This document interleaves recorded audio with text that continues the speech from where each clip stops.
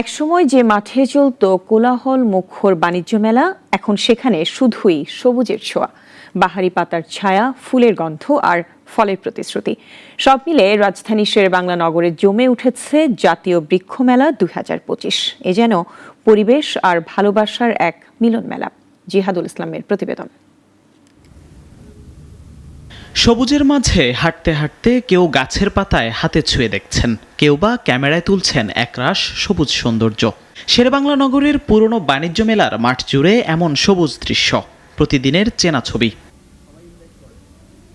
অনেকেই এসেছেন পরিবার পরিজন নিয়ে। শিশুরা পরিচিত হচ্ছে নতুন নতুন প্রজাতির গাছের সঙ্গে। বৃক্ষমেলায় ইনডোর প্লান্ট আর ছাদ বাগানের গাছের প্রতি আগ্রহ বেশি। ক্রেতারাও বলছেন এমন মেলা সুযোগ করে দেয় একসঙ্গে অনেক গাছ দেখার ও কেনার। বয়সের এই প্রান্তে এসেও আমার খুব ইচ্ছা হয় যে একটু ঘুরি, সবটা পুরাটা দেখি। বিভিন্ন দেশ থেকে প্রচুর ফলজ গাছ আসছে, যেটা বিদেশি ফল। নিজেও বনসাই করি, অর্কিড করি। এবারের মেলায় রয়েছে ১১২টি স্টল, যার ৯২টি নার্সারি প্রতিষ্ঠানগুলোর। বাজারের প্রতিযোগিতার ভিড়ে কেউ কেউ স্টল সাজিয়েছেন সৃজনশীলভাবে। কারো কাছে আছে শতবর্ষী গাছের কাঠ দিয়ে তৈরি আসবাবপত্র, কেউ আবার এনেছেন শৌখিন বনসাই, ক্যাকটাস কিংবা অর্কিড। এখানে একটা মিলন মেলা, আমাদের বাংলাদেশ যত নার্সারি লোক আছে সবাই আসে, এখানে একটা মিলন মেলা হয়। আমাদের কাছে অনেক ধরনের পোথস, ক্যাকটাস, হয়া, অর্কিড, এগুলো বিভিন্ন ভ্যারাইটি আছে। আলমারি আছে, আলমারিটা হচ্ছে প্রায় ১০০ বছরের উপরে।